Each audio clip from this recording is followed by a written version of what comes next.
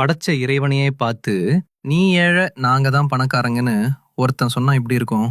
யூத தலைவன் ஃபின்ஹாஸ் இப்படி சொன்னபோது, அதைக் கேட்டு துடித்துப் போன அபூபக்ர் ரலியல்லாஹு அன்ஹு அவர்கள் அவனை ஓங்கி அடித்தார்கள். ஆனால் அல்லாஹ் அதற்கு என்ன பதில் கூறினான் தெரியுமா? "என்னுடைய கைகள் கட்டப்படவில்லை. என்னுடைய 2 கைகளும் எப்போதும் திறந்தே உள்ளன. நான் நாடியதை வாரி வழங்குவேன்" என்று சூரா அல் மாயிதாவில் பதிலடி கொடுத்தான். உண்மையில் கஞ்சத்தனம் கொண்டவர்கள் அவர்கள்தான். நாம் கேட்காமலேயே நமக்கு தேவையான காற்று, தண்ணீர், உணவு என அனைத்தையும் கொட்டிக் கொடுத்துள்ளான் நம் இறைவன். அல்லாஹ்வின் அருட்கொடைகளை எண்ணிப் பார்த்தால் நம்மால் கணக்கிடவே முடியாது. அவனா ஏழை?